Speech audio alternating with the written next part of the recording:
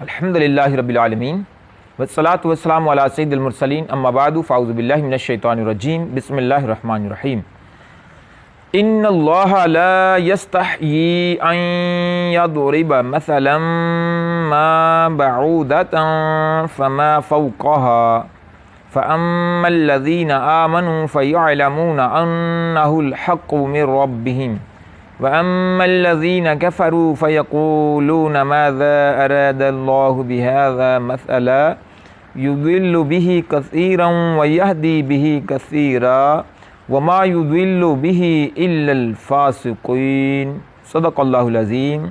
سورہ بقرہ آیت نمبر 26۔ ترجمہ کنز العرفان۔ بے شک اللہ اس سے حیا نہیں فرماتا کہ مثال سمجھانے کے لیے کیسی ہی چیز کا ذکر فرمائے، مچھر ہو یا اس سے بڑھ کر۔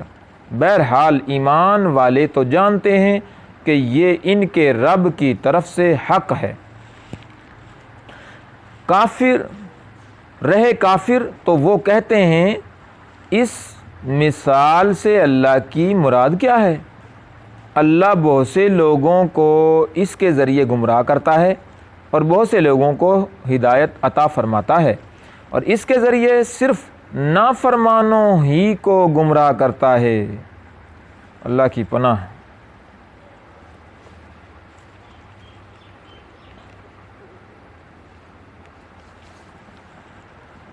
ان اللہ لا یستحیی، بے شک اللہ اس سے حیا نہیں فرماتا۔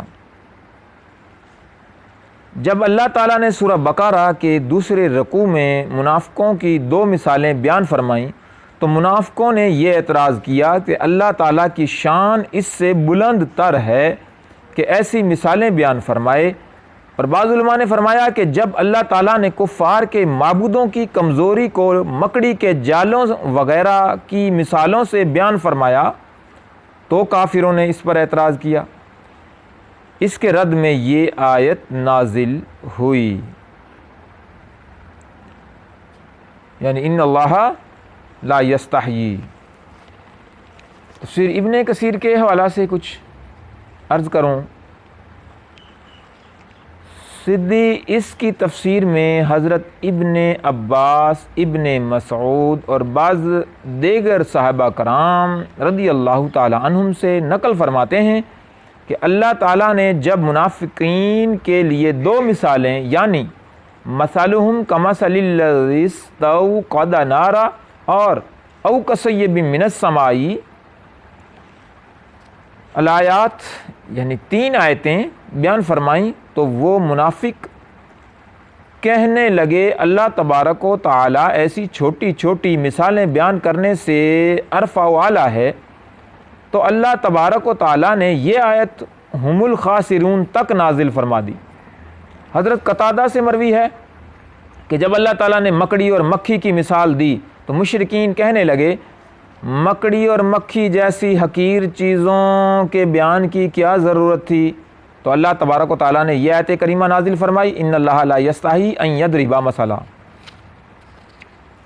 حضرت سعید حضرت قتادہ سے روایت کرتے ہیں بلا شبہ اللہ تعالیٰ حق سے حیا نہیں فرماتا کہ وہ ایسی چیز کا ذکر کرے جو چھوٹی ہو یا بڑی، اور اللہ نے جب اپنی کتاب میں مکھی اور مکڑی کا ذکر فرمایا تو گمراہ لوگ کہنے لگے کہ اللہ تعالیٰ نے اس مثال کے ذکر سے کیا مراد لی ہے؟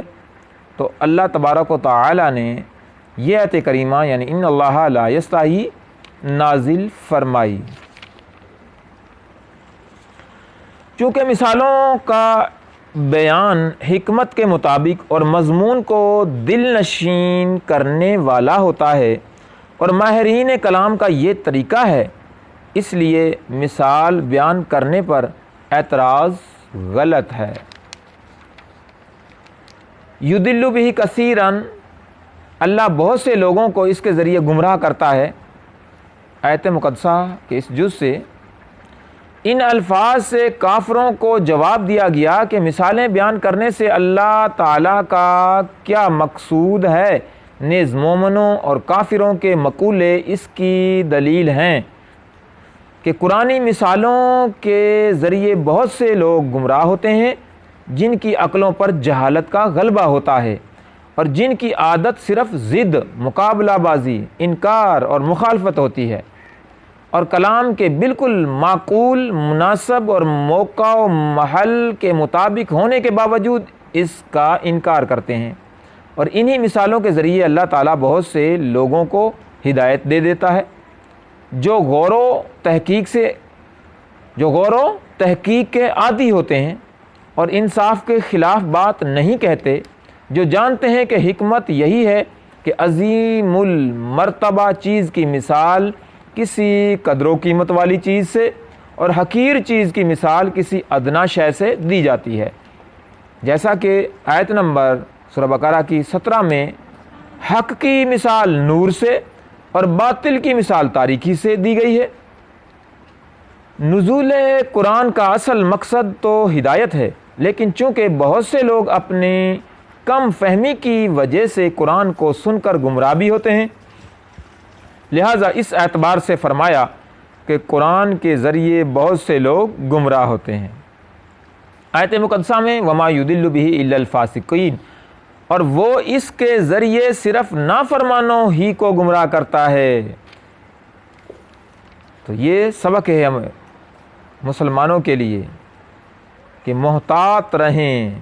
شریعت میں فاسق اس نافرمان کو کہتے ہیں جو کبیرہ گناہ کا مرتکب ہو، کبیرہ گناہ کا ارتکاب کرے۔ فسق کے 3 درجے ہیں۔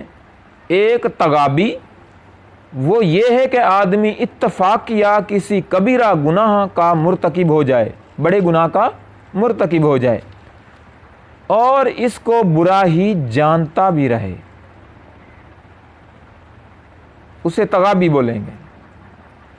مگر دوسرا انہماک، یہ ایسا فاسق ہے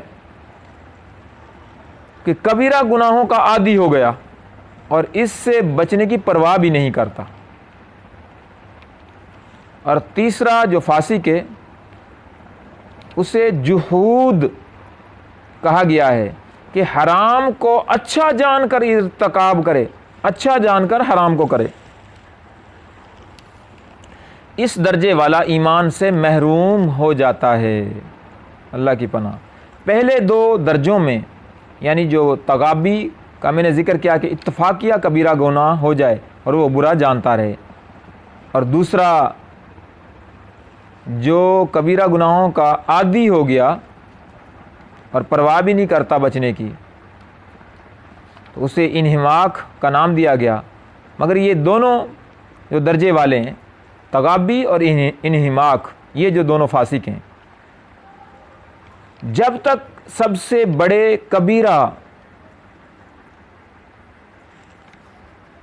اللہ اکبر، سب سے بڑے کبیرہ گناہ یعنی کفر و شرک کا ارتکاب نہ کریں، وہ مومن و مسلمان ہیں۔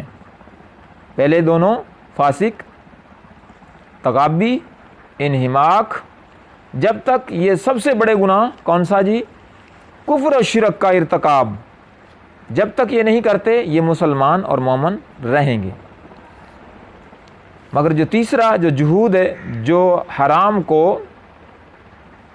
اچھا جان کر کرتا ہے، وہ ایمان سے محروم ہو جاتا ہے۔ تو جو آیا مبارکہ میں فاسقین وما یضل بہ الا الفاسقین، جو یہ فاسق ہیں، تو آیت مقدسہ میں جن کا ذکر ہوا ہے یہ وہ فاسقین ہیں جو نافرمان ہیں اور یہ ایمان سے خارج ہیں۔